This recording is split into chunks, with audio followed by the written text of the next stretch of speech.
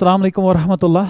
तो as all of you know कि हमने अभी तक फिज़िकल केमिस्ट्री 12th में काइनेटिक्स डिस्कस किया, हमने सॉलिड स्टेट डिस्कस किया। तो आज हम इम्पोर्टेंट चैप्टर डिस्कस करने जा रहे हैं जिसका नाम है इलेक्ट्रोकेमिस्ट्री। और इलेक्ट्रोकेमिस्ट्री के बोर्ड हिसाब से देखा जाए तो 5 मार्क्स है। तो इससे आपका लॉन्ग आंसर सवाल जो है वो डेफिनेटली पूछा जाएगा। आपका लॉन्ग आंसर एक सवाल डेफिनेटली पूछा जाएगा, किस में?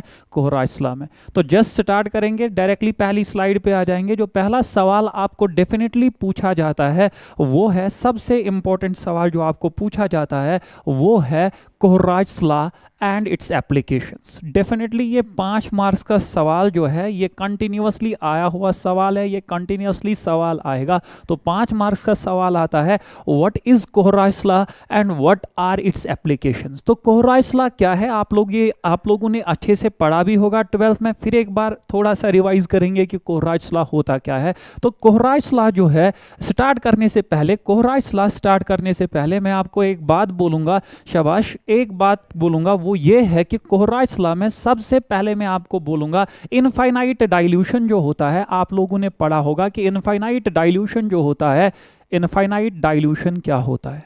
इनफाइनाइट डाइल्यूशन, जिसको हम शॉर्ट में C tends to zero, that is concentration approaches to zero या कंसंट्रेशन टेंड्स टू जीरो, जो हम यहाँ पे इनफाइनाइट डाइल्यूशन को हम ऐसे भी लिख सकते हैं, C tends to zero. What is infinite dilution? आप लोग कहते हो कि इनफाइनाइट डाइल्यूशन पे क्या होता है कि एक आयन दूसरे आयन के इलेक्ट्रिक फील्ड से बाहर चला गया होता है, एक आयन का दूसरे आयन पे कोई इफेक्ट नहीं होता है और दूसरा आयनाइजेशन भी कंप्लीट हो चुकी होती है। तो इनफाइनाइट डाइल्यूशन का मतलब है मैंने इतना डाइल्यूशन किया है, इतना डाइल्यूशन किया है कि अब और डाइल्यूशन से लैम्डा m यानी कि मोलर कंडक्टिविटी पे कोई फर्क नहीं पड़ता है। मुझे पता है कि मोलर कंडक्टिविटी जो है वो चेंज होती है अगर हम कंसंट्रेशन चेंज करेंगे, लेकिन कंसंट्रेशन या डाइल्यूशन बढ़ाएंगे, वाटर ऐड करेंगे, जितना हम डाइल्यूशन ज्यादा करेंगे उतना मोलर कंडक्टिविटी का वैल्यू बढ़ता है, बढ़ता है, बढ़ता है। लेकिन एक पर्टिकुलर वैल्यू तक वो बढ़ता है, उसके बाद मोलर कंडक्टिविटी का वैल्यू नहीं बढ़ता है। तो हम कहते हैं कि यहां तक हमने कितनी डाइल्यूशन की है, तो हम बोलते हैं उस डाइल्यूशन को हम बोलते हैं कि हमने इनफाइनाइट डाइल्यूशन किया है। तो इनफाइनाइट डाइल्यूशन मतलब इतना डाइल्यूशन कि अब और डाइल्यूशन करने से लैम्डा m यानी कि मोलर कंडक्टिविटी अब चेंज नहीं होती है। अब चेंज क्यों नहीं होती है? चेंज, मोलर कंडक्टिविटी चेंज इसलिए होती है, उसके पीछे 2 रीजंस है। पहला रीजन जो मोलर कंडक्टिविटी चेंज होने का है वो ये है, पहला रीजन जो मोलर कंडक्टिविटी चेंज होने का है वो ये है कि मोलर कंडक्टिविटी इसलिए चेंज होती है क्योंकि नंबर ऑफ आयंस इंक्रीज होते हैं। नंबर ऑफ आयंस इंक्रीज होते हैं, लेकिन किसके? वीक इलेक्ट्रोलाइट के। आप लोगों ने एक लॉ पढ़ा है जिस लॉ को आप बोलते हो ओसवाल्ड डाइल्यूशन लॉ। जो ओसवाल्ड डाइल्यूशन लॉ है, ओसवाल्ड डाइल्यूशन लॉ मुझे कहता है दैट जनरली हम कहते हैं alpha is directly proportional to under root of v. जितना हम डाइल्यूशन ज्यादा करेंगे उतना वॉल्यूम ज्यादा होगा, जितना वॉल्यूम ज्यादा होगा उतना अल्फा भी ज्यादा होगा। अल्फा है क्या? Degree of dissociation. उतना डिग्री ऑफ डिसोसिएशन जो है वो ज्यादा होगा। आत्मा सता से कहीं उतना डिग्री ऑफ डिस्टर्ब, उतना डिग्री ऑफ डिसोसिएशन क्या होगा? ज्यादा। तो जितना डिग्री ऑफ डिसोसिएशन ज्यादा होगा उतना एक इलेक्ट्रोलाइट ज्यादा आयनाइज होगा, जितना एक इलेक्ट्रोलाइट ज्यादा आयनाइज होगा उतना नंबर ऑफ आयंस ज्यादा होंगे, और उतना नंबर ऑफ आयंस ज्यादा होंगे। और आयंस यहां पे मजदूर है, आयंस यहां पे करंट कैरियर है, चार्ज कैरियर है इलेक्ट्रोलिटिक कंडक्टर में। तो जितने आयंस ज्यादा उतना जो है उतने मजदूर ज्यादा, जितने मजदूर ज्यादा उतना काम ज्यादा होगा, उतना कंडक्टेंस या मैं बोल सकता हूं मोलर कंडक्टिविटी जो है ज्यादा होगा। लेकिन ये ओनली किन के लिए? वीक इलेक्ट्रोलाइट के लिए। दूसरा रीजन जो है दैट इज मोबिलिटी। दूसरा रीजन जो है दैट इज मोबिलिटी। मोबिलिटी मतलब क्या? मोबिलिटी मतलब क्या? मुझे पता है जब हम डाइल्यूशन करते हैं तो 2 आयंस के बीच में on dilution the separation between the ions increase. जब सेपरेशन बिटवीन द आयंस बढ़ जाएगा, 2 आयंस के बीच में डिस्टेंस बढ़ जाती है, तो एक आयन, मुझे पता है इलेक्ट्रोस्टैटिक फोर्स ऑफ अट्रैक्शन है, F is inversely proportional to R square. तो जितना डिस्टेंस ज्यादा है उतना इलेक्ट्रोस्टैटिक फोर्स ऑफ अट्रैक्शन कम, उतना मुझ पे फोर्स कम लग रहा है, उतना तेज में दौड़ सकता हूं, उतना तेज में चल सकता हूं, और जितना तेज में चलूंगा उतना मैं काम ज्यादा करूंगा। काम यहां पे है क्या, करंट कैरी करना, उतना मैं करंट कैरी ज्यादा करूंगा। तो कहने का मतलब यह है कि separation between the ions increase और as a result mobility of the ions increase. और जब मोबिलिटी बढ़ती है तो आयनिक ये मोलर कंडक्टिविटी जो है वो बढ़ती है जब हम डाइल्यूशन करते हैं। लेकिन इनफाइनाइट डाइल्यूशन पे एक तो अल्फा जो होता है, अल्फा का वैल्यू आता है 1, अल्फा का वैल्यू आता है 1, यानी कि इनफाइनाइट डाइल्यूशन पे हम ये मानते हैं कि आयनाइजेशन कंप्लीट हो चुकी है, 100% आयनाइजेशन होती है, यानी कि अब और डाइल्यूशन करने से, और पानी ऐड करने से, और वाटर ऐड करने से डाइल्यूशन नहीं बढ़ती, मतलब और पानी ऐड करने से डिसोसिएशन नहीं होती है, डिसोसिएशन नहीं होती है, नंबर ऑफ आयंस नहीं बढ़ते हैं, नंबर ऑफ आयंस नहीं बढ़ते हैं, मजदूर के कांस्टेंट रह गए, मजदूर उतने के उतने ही है। तो इसका मतलब है काम उतना ही होगा जितना उस टाइम हुआ होगा। तो इसका क्या मतलब है कि अल्फा का वैल्यू है 1। और दूसरा रीजन जो है, एट इनफाइनाइट डाइल्यूशन हम ये भी मानते हैं कि दो आयंस के बीच में सेपरेशन इतनी ज्यादा है कि एक आयन दूसरे आयन से के इलेक्ट्रिक फील्ड से बाहर चला गया है, यानी कि एक आयन का दूसरे आयन पे कोई इफेक्ट नहीं है, दूसरा आयन मुझे अपनी ओर खींच ही नहीं रहा है, मैं उसके फील्ड से बाहर चला गया हूं। तो एज अ रिजल्ट अब और मोबिलिटी नहीं बढ़ेगी, जितना तेज मैं दौड़ सकता था उतना तेज मैं अब दौड़ता हूं। तो एज अ रिजल्ट क्या है कि अब इसीलिए अब जब मेरी मोबिलिटी और नहीं बढ़ेगी तो इसका मतलब क्या है, मोलर कंडक्टिविटी का वैल्यू नहीं बढ़ेगा। तो सबसे पहले हम कोहराइट्स लॉ स्टार्ट यहीं से करेंगे, हम स्टार्ट करेंगे बराबर जब मुझे कोहराइट्स लॉ लिखना होगा, बिल्कुल 100% आप ऐसे ही लिखोगे। At infinite dilution, at infinite dilution ionisation is supposed to be completed.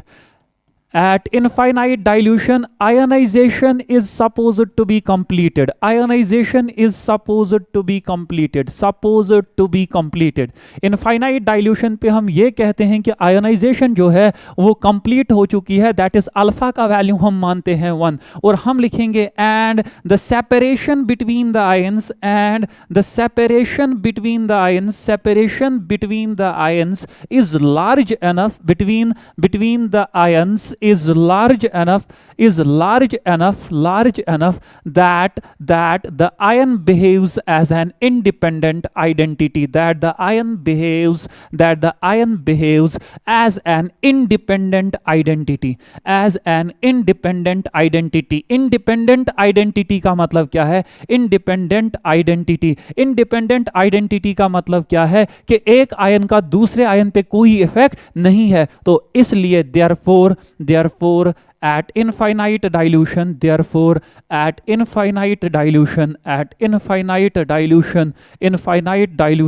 the conductance of an ion is called the conductance of an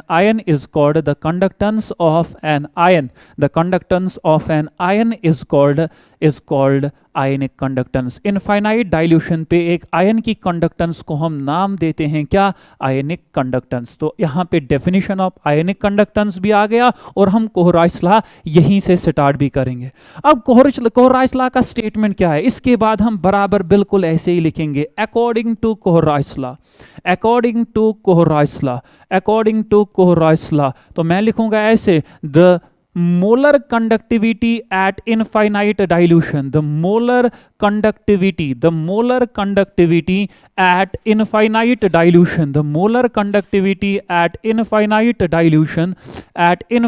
dilution, जिसको हम ब्रैकेट में लिखेंगे C tends to 0, eight infinite dilution जिसको हम bracket में लिखेंगे C tends to 0, और bracket में लिखूंगा इस मोलर कंडक्टिविटी को हम बोलते हैं लिमिटिंग मोलर कंडक्टिविटी। तो यहां पे और एक बात आ गई, definition of limiting molar conductivity.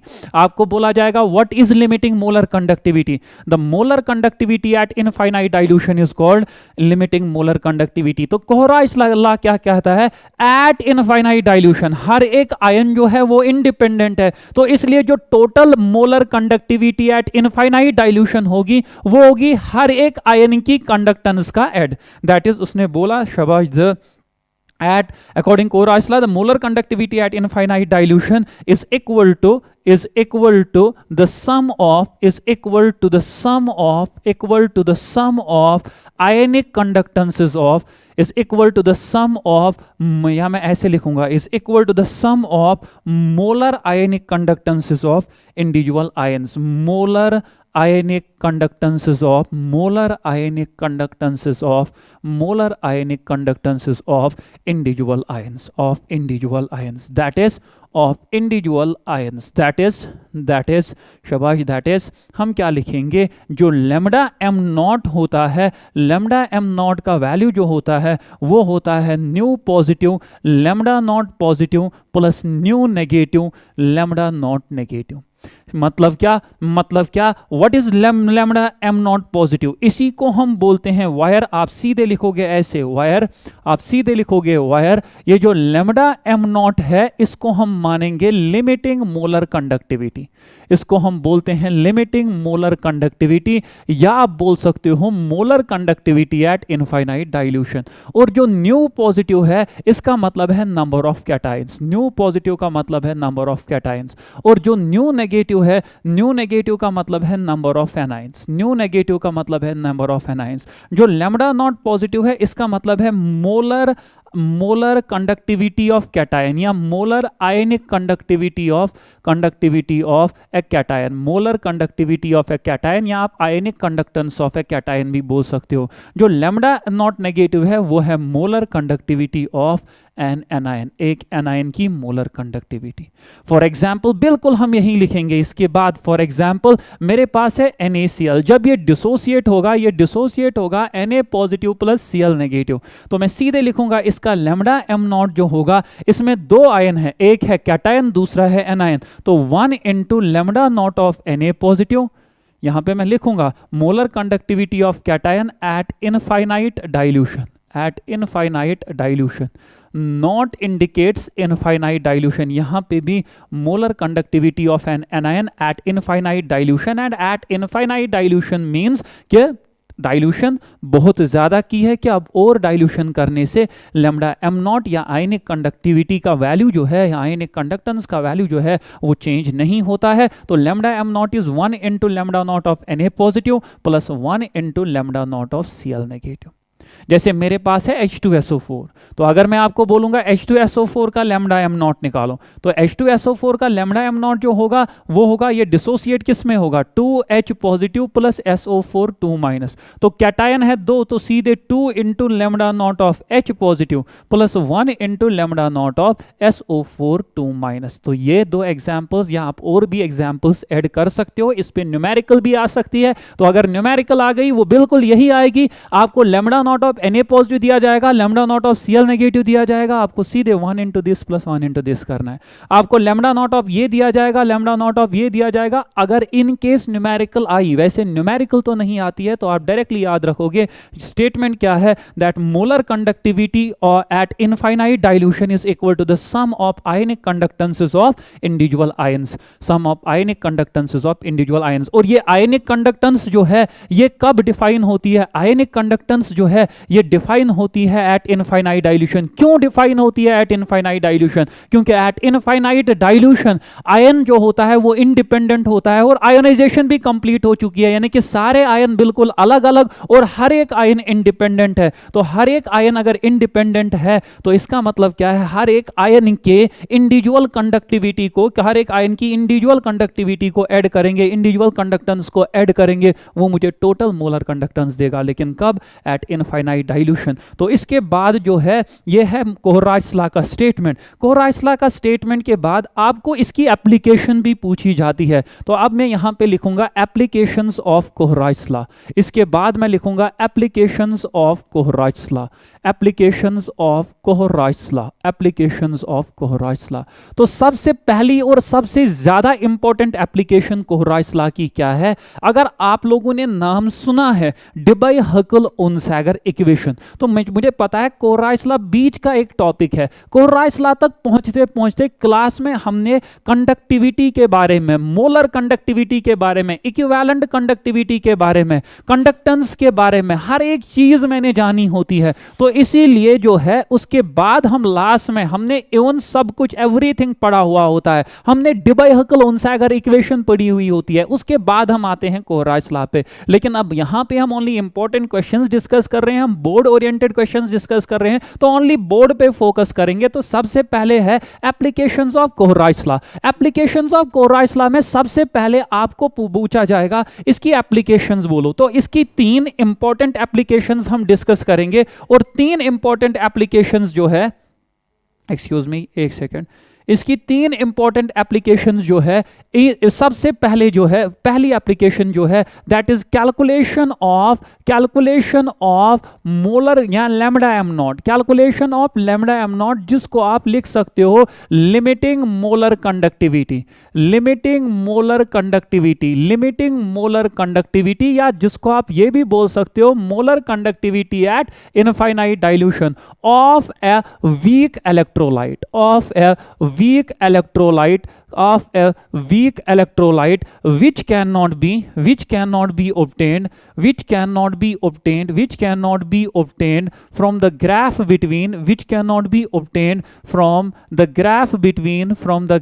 between lambda m versus under root of c, lambda m versus under root of c। जब हम lambda m versus under root of c graph plot करते हैं तो मेरे पास 2 ग्राफ आते हैं, एक आता है ऐसे स्ट्रॉन्ग का, दूसरा आता है वीक का ऐसे, ये आता है स्ट्रॉन्ग इलेक्ट्रोलाइट का, ये आता है वीक का। जब हम lambda m versus under root of c graph plot करते हैं और यहां से यहां तक जो होता है वो होता है लैम्डा m नॉट। क्या होता है? Lambda m not. यहां से यहां तक होता है, ले इंटरसेप्ट होता है लैम्डा m नॉट। तो हम ग्राफ प्लॉट करते हैं, जो मुझे इंटरसेप्ट आता है उस इंटरसेप्ट को हम लैम्डा m नॉट बोलते हैं। तो मुझे स्ट्रॉन्ग इलेक्ट्रोलाइट का लैम्डा m नॉट मिलता है। कहां से? डेबाय-हकल-ओंसागर इक्वेशन से, या मैं बोल सकता हूं ग्राफ से, जो हम lambda m versus under root of c graph plot करते हैं। लेकिन जो वीक है, वीक का ग्राफ ऐसे है, ये कभी इसको टच कर ही नहीं रहा है, यहां से पैरेलल जा रहा है। तो क्या ये अगर ये इसको टच करता, मैं कहता यहां से यहां तक है लैम्डा m नॉट, या मतलब जो भी है, एटलीस्ट इतना तो क्लियर है कि ये इसको कहीं पे टच नहीं कर रहा है। तो मैं वीक इलेक्ट्रोलाइट का lambda m nought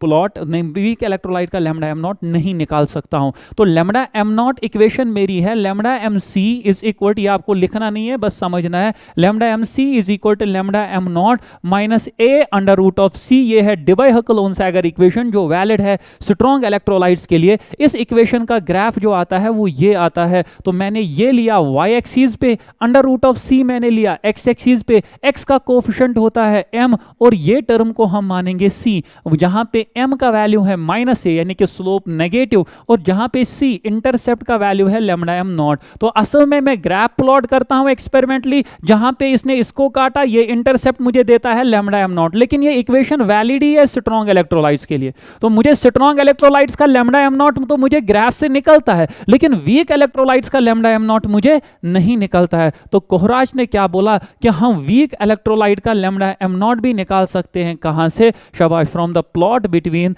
lambda m versus under root of c, from the plot between lambda m versus under root of c।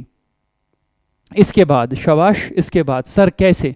देखो मेरे पास फॉर एग्जांपल यहाँ पे कुछ इंपॉर्टेंट एग्जांपल्स मैं लिखूंगा। मेरे पास है CH3COOH, ये वीक इलेक्ट्रोलाइट है, ये वीक इलेक्ट्रोलाइट है। आपको मैं बोलूंगा इसका लैम्डा m नॉट मुझे निकाल के दो, तो बहुत सारे लोग बोलेंगे सर ग्राफ से, ग्राफ से नहीं, क्योंकि ये वीक इलेक्ट्रोलाइट है, वीक इलेक्ट्रोलाइट का तो ग्राफ से नहीं निकलता है।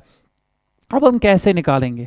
हम, इसने क्या बोला? इसने बोला कि अगर हम इस पे कोहराज लॉ लगाएंगे तो मैं इसको 1 into lambda nought of CH3COO negative लिख सकता हूं, plus 1 into lambda nought of H positive, क्योंकि कैटायन एक H positive, anion CH3CO negative. According to Kohlrausch's law lambda m is equal to nu positive lambda nought positive plus nu negative lambda nought. Cation एक lambda nought H positive, anion एक lambda nought CH3COO negative. तो इसने क्या बोला? इसने बोला क्यों ना हम इसको कुछ स्ट्रॉन्ग इलेक्ट्रोलाइट्स लिखेंगे, CH3COONA, हम लिखेंगे HCl, हम निकालेंगे NaOH या NaCl, मैं बोलूंगा NaCl, NaOH नहीं NaCl। ये भी स्ट्रॉन्ग है, साल्ट है, स्ट्रॉन्ग है, स्ट्रॉन्ग है, स्ट्रॉन्ग है। तीनों स्ट्रॉन्ग इलेक्ट्रोलाइट्स का लैम्डा m नॉट जो है उसका वैल्यू मुझे निकलेगा कहां से? उसका वैल्यू मुझे निकलेगा ग्राफ से। तो इसने बोला इसका ग्राफ वैल्यू तो ग्राफ से निकलेगा, लेकिन अगर हम इसका लैम्डा m नॉट निकालेंगे यूजिंग कोहराज लॉ, वो आएगा 1 into lambda nought of CH3COO negative plus 1 into lambda nought of Na positive, 1 into lambda nought of Na positive. इसका आ जाएगा 1 into lambda nought of HCl plus 1 into lambda nought of H positive plus 1 into lambda nought of Cl negative. इसका आ जाएगा 1 into lambda nought of Na positive plus Cl negative भी एक ही है, 1 into lambda nought of Cl negative. इसने बोला क्यों ना हम इन दोनों को ऐड करेंगे, फिर ये माइनस करेंगे। तो अगर मैं इन दोनों को ऐड करूंगा, ये आएगा 1 into lambda nought of CH3COO minus plus 1 into lambda nought of Na positive plus, जब मैं इसके साथ ऐड करूंगा तो 1 into lambda nought of H positive plus 1 into lambda nought of Cl negative. और जब मैं लास्ट वाला माइनस करूंगा तो यह आएगा minus 1 into lambda nought of Na positive और plus 1 into lambda nought of Cl negative. अब मुझे एक बात बोलो, ये प्लस ये माइनस, इसको माइनस, इस माइनस को भी अगर हम ब्रैकेट हटाएंगे तो ब्रैकेट अगर हम यहाँ पे हटाएंगे, ब्रैकेट हटाएंगे तो यहाँ पे क्या होगा, ये बनेगा माइनस, ब्रैकेट हटाने के बाद ये बनेगा minus 1 into lambda nought of Na positive और ये भी बनेगा माइनस। तो ये माइनस इसके साथ कैंसल, ये Na के साथ कैंसल, तो यहाँ पे ओनली बचा 1 into lambda nought of CH3COO negative plus 1 into lambda nought of H positive. तो इसका भी तो यही है, 1 into lambda nought of CH3COO negative plus 1 into lambda nought of H positive. तो कोहराज ने बोला कि ये जो है 3 इलेक्ट्रोलाइट्स, तो अब मैं शॉर्टकट से आपको बोलूंगा, इतना आपको वहां पे लिखने की जरूरत नहीं है, मैं आपको शॉर्टकट में बोलूंगा। शाबाश। कोहराज ने क्या बोला, उसने बोला कि हम वीक इलेक्ट्रोलाइट को मतलब वीक इलेक्ट्रोलाइट को लिखेंगे in terms of strong electrolyte. मैं इसको लिखूंगा इस फॉर्म में CH3COO CH3COO Na, यहां से आ जाएगा। मैंने कि अगर मुझे इसका लेमडा एम नॉट निकालना है, मैं निकालूंगा किसी स्ट्रॉन्ग का, जरूरी नहीं है कि ये CH3COO Na ही होगा, ये CH3COO K भी होगा, कोई भी स्ट्रॉन्ग साल्ट हम लिखेंगे जहां से CH3 यहां से आ गया CH3CO और ये Na आ गई इम्प्योरिटी। इसने बोला और मुझे चाहिए H, क्यों ना मैं ऐसे लिखूंगा lambda m nought of HCl, HCl से मुझे H आ गया लेकिन इम्प्योरिटी आ गई क्लोरीन, यहां से इम्प्योरिटी Na, यहां से इम्प्योरिटी क्लोरीन, उसने लिखा lambda m nought of NaCl। तो इसने बोला ये भी ग्राफ से निकलेगा क्योंकि ये स्ट्रॉन्ग, ये भी ग्राफ से निकलेगा, ये भी ग्राफ से निकलेगा। तो हम इन तीनों चीजों का ग्राफ निकाल, इन तीन चीजों का लेमडा एम नॉट ग्राफ से निकालेंगे और इसका लेमडा एम नॉट फिर लिखेंगे this plus this minus this. तो एज ए रिजल्ट जो है मुझे वीक इलेक्ट्रोलाइट का लेमडा एम नॉट भी आ जाएगा।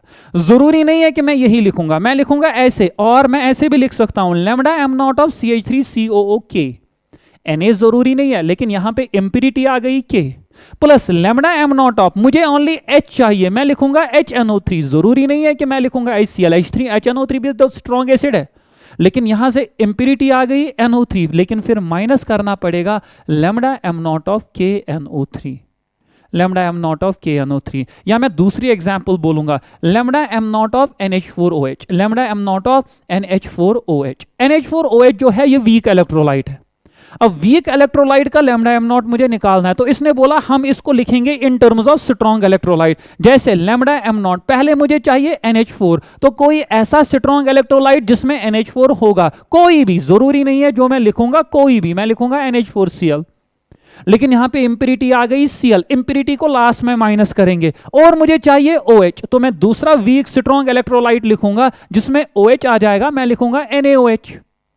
तो यहां से आया OH, यहां से आया NH4, यहां से इंप्योरिटी आई Cl, यहां से इंप्योरिटी आई Na, मैं लिखूंगा minus lambda m nought of NaCl। ये भी स्ट्रॉन्ग, ये भी स्ट्रॉन्ग, ये भी स्ट्रॉन्ग, तीनों का वैल्यू ग्राफ से निकालेंगे, इन दोनों को ऐड करेंगे, माइनस करेंगे, ये मुझे lambda m nought of NH4OH आ जाएगा। That is we can calculate the lambda m nought of weak electrolyte which can not be calculated from the graph between lambda m versus under root of C।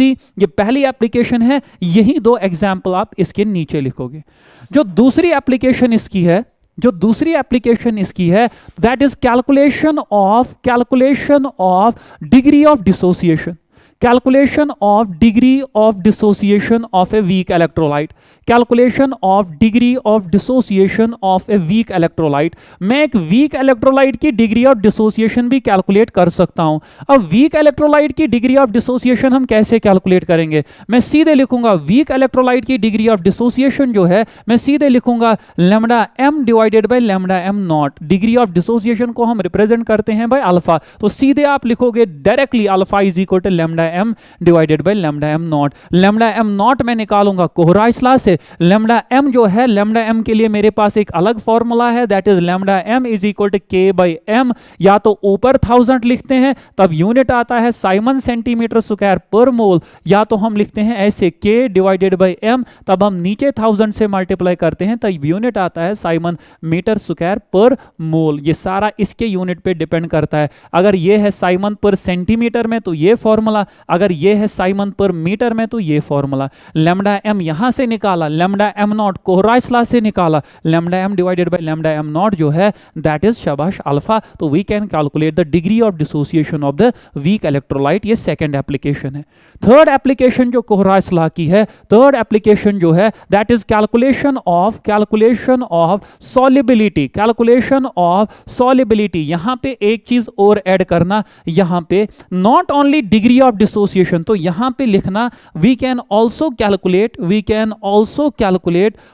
Calculate dissociation constant. We can also calculate कौन सा constant? Dissociation constant, जिसको आप शाबाश K से represent करते हो। अगर acid होगा तो Ka, बेस होगा तो Kb, या तो सीधे dissociation constant of a weak electrolyte as well. हम डिग्री ऑफ डिसोसिएशन के साथ साथ डिसोसिएशन कांस्टेंट भी निकाल सकते हैं of a weak electrolyte. Degree of dissociation और dissociation constant of a weak electrolyte. तो अगर आप लोगों ने ये पढ़ा है तो ऐड करना, अगर नहीं पढ़ा है तो इतना मेरे लिए काफी है, क्योंकि ये ऑलरेडी लेंथी सवाल हो गया, 5 मार्क्स का सवाल है, तो इसमें थोड़ा सा हम ऐड करेंगे। अगर मैं एक एग्जांपल लिखूंगा, सपोज यही CH3COOH जब ये डिसोसिएट होगा CH3COO negative plus H positive. आप लोगों ने पढ़ा है at T is equal to 0। Suppose इसकी कंसंट्रेशन C, इनिशियली इन दोनों की कंसंट्रेशन होगी 0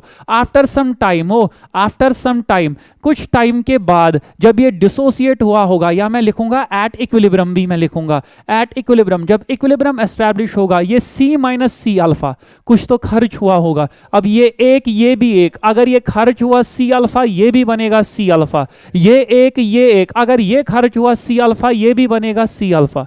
तो इसका इक्विलिब्रियम कांस्टेंट जो है K, सिंस ये एसिड है तो हम इसके इक्विलिब्रियम कांस्टेंट को बोलेंगे Ka, where Ka is acid dissociation constant, where Ka जो है that is acid dissociation constant. और ये Ka किसके बराबर आएगा? ये Ka आएगा किसके बराबर? Concentration of CH3COO negative into concentration of H positive divided by concentration of CH3COOH। जब हम इक्विलिब्रियम कांस्टेंट निकालते हैं तो इसके बदले आएगा C अल्फा, इसके बदले C अल्फा, इसके बदले C माइनस C अल्फा। तो ऊपर आ जाएगा C स्क्वायर अल्फा स्क्वायर, नीचे C कॉमन निकालेंगे तो 1 minus alpha, C and C cancel, ये आ जाएगा C alpha square upon 1 minus alpha, that is C। Alpha का वैल्यू तो अभी निकाला, lambda m divided by lambda m nought का square divided by 1 minus alpha, alpha का वैल्यू लिखेंगे lambda m divided by lambda m nought. तो as a result मुझे dissociation constant भी निकलेगा। जितना आप मैथमेटिक्स इन्वॉल्व ज्यादा करोगे उतना आपके मार्क्स ज्यादा आ जाएंगे। और लास्ट एप्लीकेशन जो है that is calculation of solubility and calculation of solubility and solubility product, calculation of solubility and solubility product of sparingly soluble salts, calculation of solubility and solubility product of sparingly soluble salts। सबसे पहले what are sparingly soluble salts? So on the basis of salts 11th में हम on the basis of solubility 11th में हम पढ़ते हैं कि salts के 3 टाइप्स है। तो सबसे पहला टाइप जो salt का है that is soluble salt, that is first type of salt is soluble salt, second is slightly soluble salt, second one is slightly soluble salt, and third one जो मेरा है that is sparingly soluble soluble salt, sparingly soluble salt। अब soluble salt वो होता है जिसमें concentration या solubility होगा greater than 0.1 molar. 0.1 molar means अगर 1 लीटर में 0.1 मोल से ज्यादा डिसॉल्व होगा तो ज्यादा सॉल्युबल होगा, तो हम उसको बोलेंगे सॉल्युबल। नाम से ही पता चलता है स्लाइटली सॉल्युबल, थोड़ा सा सॉल्युबल। इसमें सॉल्युबिलिटी का वैल्यू जो होता है वो होता है less than 0.1 molar but greater than 0.01 molar. 0.01 से ज्यादा लेकिन 0.1 से कम। और जो स्पेरिंगली सॉल्युबल साल्ट होता है इसमें सॉल्युबिलिटी जो होती है वो होती है लेस देन 0.01 मोलर। मेरा काम है स्पेरिंगली से। स्पेरिंगली सॉल्युबल साल्ट की सॉल्युबिलिटी होती है लेस देन 0.01 मोलर। इसका क्या मतलब है? इसका मतलब यह है कि 1 लीटर में 0.01 मोल से भी कम डिसॉल्व होता है, यानी कि 0.01 मोल से कम मतलब बहुत कम डिसॉल्व होता है। तो जब बहुत कम डिसॉल्व होता है तो इसकी कंसंट्रेशन जो है, इसकी कंसंट्रेशन लगभग होती है 0.01 मोलर से कम, यानी कि लगभग होती है 0। और जब कंसंट्रेशन अप्रोच करेगी 0 तो हम उस सॉल्यूशन, उस कंडीशन को बोलते हैं इनफाइनाइट डाइल्यूशन। तो मैं लिख सकता हूं कि स्पेरिंगली सॉल्युबल साल्ट्स में कंसंट्रेशन या सॉल्युबिलिटी का वैल्यू होता है लेस देन 0.001 मोलर। तो मैं लिख सकता हूं saturated solutions of sparingly soluble salts, saturated solutions of sparingly soluble salts, sparingly soluble salts, sparingly soluble salts, sparingly soluble salts can be treated as saturated solution of sparingly soluble salts can be treated as infinite dilute solutions या infinitely dilute solutions, dilute solutions या infinite dilute solutions। तो अगर हम infinite dilute solutions इनको consider करेंगे तो मुझे पता है कि जो लैम्डा m का वैल्यू होता है, लैम्डा m हम कैलकुलेट करते हैं k अपॉन m, या तो ऊपर 1000 नीचे 1000। जनरली आप लिखना ऊपर ही 1000 लिखते हैं, तब यूनिट लिखेंगे साइमन सेंटीमीटर स्क्वायर पर मोल। लेकिन इनफाइनाइट अगर स्पेरिंगली सॉल्युबल साल्ट होगा तो मैं उसको इनफाइनाइट डाइल्यूट सॉल्यूशन समझ सकता हूं। तो मैं लिख सकता हूं देयरफॉर लैम्डा m नॉट जो होगा वो होगा k अपॉन m को हम लिखेंगे s। m है मोलैरिटी लेकिन यहां पे m है सॉल्युबिलिटी, और solubility in terms of molarity हम इसी को मल्टीप्लाई करेंगे 1000 से, तो इतना साइमन सेंटीमीटर स्क्वायर पर मोल। और लैम्डा m नॉट का वैल्यू मैंने निकाला होगा कोहराज लॉ से। कंडक्टिविटी का वैल्यू भी मुझे निकलेगा या तो कंडक्टिविटी सेल की कंडक्टिविटी सेल से या k is equal to 1/r L/A से। अगर आप लोगों ने पढ़ा है इसका वैल्यू या तो गिवन होगा या निकलेगा, ये भी निकलेगा। जब सब कुछ निकला यहां पे बचा एक चीज दैट इज s, तो मुझे s का वैल्यू भी निकलेगा। तो that is we can calculate the solubility of a sparingly soluble salt. तो ये जो है मेरा नीचे और एक क्लास है, इतना आज के क्लास में काफी है। मैंने ओनली एक सवाल डिस्कस किया, लेकिन ये सवाल बहुत इंपॉर्टेंट सवाल है। सवाल क्या है? ये डेफिनेटली आता है, अगर आप प्रीवियस ईयर पेपर देखोगे ये डेफिनेटली एक सीरीज में सवाल आएगा ही। कोहराज लॉ डेफिनेटली सवाल आ जाएगा, तो ये जरूरी सवाल आता है कोहराज लॉ एंड इट्स एप्लीकेशंस। तो कोहराज लॉ जो है बिल्कुल आप यहां से स्टार्ट करोगे, लिखोगे यहां तक, उसके बाद जो है एक दो अपना वैल्यू लिखोगे, एक दो एग्जांपल्स लिखोगे, उसके बाद एप्लीकेशन में तब सबसे पहले ये लिखोगे, इसमें एक दो एग्जांपल्स लिखोगे, या तो ये लिखोगे, ये वाला दूसरा वाला लिखने की जरूरत नहीं है, दूसरी ये एग्जांपल, और दूसरा जो है that is calculation of degree of dissociation of weak electrolyte. बिल्कुल जितना हो सके उतना मैथमेटिक्स ज्यादा लिख लो, अंग्रेजी कम लिख लो तो चलेगा। कैलकुलेशन ऑफ डिसोसिएशन कांस्टेंट, तो डिसोसिएशन कांस्टेंट जो है वो आपने देखा कैसे निकालते हैं, और डिसोसिएशन कांस्टेंट के बाद calculation of solubility and solubility product. मैंने सॉल्युबिलिटी प्रोडक्ट को एक्सप्लेन नहीं किया, आप भी नहीं करना, आप बस यहां तक लिखना, एक्सप्लेन करने की जरूरत नहीं है। बाकी कल क्लास में मिलेंगे या अभी मैं और एक क्लास बनाऊंगा, डेफिनेटली बनाऊंगा, और एक लेक्चर अपलोड होगा। लेकिन उससे पहले एक क्विक रिवीजन जो बाकी चीजें हैं। सबसे पहले what is the effect of concentration on the molar conductivity of an electrolyte, 2 marks का सवाल पूछ सकते हैं। और उसके बाद जो तीसरा सवाल है नर्नस्ट इक्वेशन, तो नर्नस्ट इक्वेशन जो है इसके बारे में फिलहाल मैं आपको जल्दी बोलूंगा कि नर्नस्ट इक्वेशन जो है ये 3 मार्क्स का सवाल देगा। तो इसमें सवाल ये भी आ सकता है effect of concentration on EMF of a cell, effect of concentration and temperature, effect of concentration concentration and temperature on EMF of a cell, on EMF of a cell या on cell potential भी लिख सकता है। तो what is the effect of concentration and temperature on cell potential, उसका मतलब भी क्या है, नर्नेस्ट इक्वेशन, इसको भी मतलब डिस्कस करेंगे आगे। डिफाइन कंडक्टिविटी, एक एक मार्क्स का सवाल पूछ सकते हैं, कंडक्टिविटी और मोलर कंडक्टिविटी की डेफिनेशन पूछ सकते हैं। और उसके बाद जो है व्हाट आर, ये भी 5 मार्क्स का सवाल आता है, what are electrochemical cells and describe, या तो वो गैल्वानिक सेल लिखेगा या डैनियल सेल लिखेगा। Daniell cell is an example of galvanic cell, तो दोनों में से कोई भी एक आए तो हम एक डिस्कस करेंगे, हम डैनियल को डिस्कस करेंगे, उन गैल्वानिक आया वही डैनियल में भी लिखेंगे। इसके बाद what is electrolysis and what is an electrolytic cell, what is an electrolytic cell, तो इलेक्ट्रोलिसिस एंड इलेक्ट्रोलिटिक सेल की बेसिक डेफिनेशन एक एक मार्क्स का सवाल आ जाएगा। उसके बाद Faraday's laws of electrolysis 2 marks का सवाल आ जाएगा, फैराडेज फर्स्ट लॉ या सेकंड लॉ या एक छोटी सी न्यूमेरिकल पूछेंगे फैराडेज लॉज पे अगर आया तो। इसके बाद व्हाट आर, ये भी 3 मार्क्स या 5 मार्क्स का सवाल आ सकता है, 5 मार्क्स का सवाल most probably. What are primary and secondary cells, एक ये बोलेगा या तो लिखेगा differentiate primary and secondary cells, differentiate rechargeable and non rechargeable cells, कुछ भी लिख सकता है। शाबाश। एक्सप्लेन द वर्किंग ऑफ, या तो लेड स्टोरेज सेल लिखेगा या तो फ्यूल सेल लिखेगा। तो इसको मैंने आगे, इसके बाद जो है, इसके बाद मैंने यहां पे लिखा है बैटरीज, बैटरीज की डेफिनेशन मैंने लिखी है, बैटरीज जो है, बैटरीज की डेफिनेशन मैंने लिखी है, डेफिनेशन मैंने लिखी है। बैटरी जो है, शाबाश, यहां पे मैंने लिखा है प्राइमरी सेल्स और सेकेंडरी सेल्स के बीच में डिफरेंस लिखी है, इसका पीडीएफ भी आपको मिलेगा।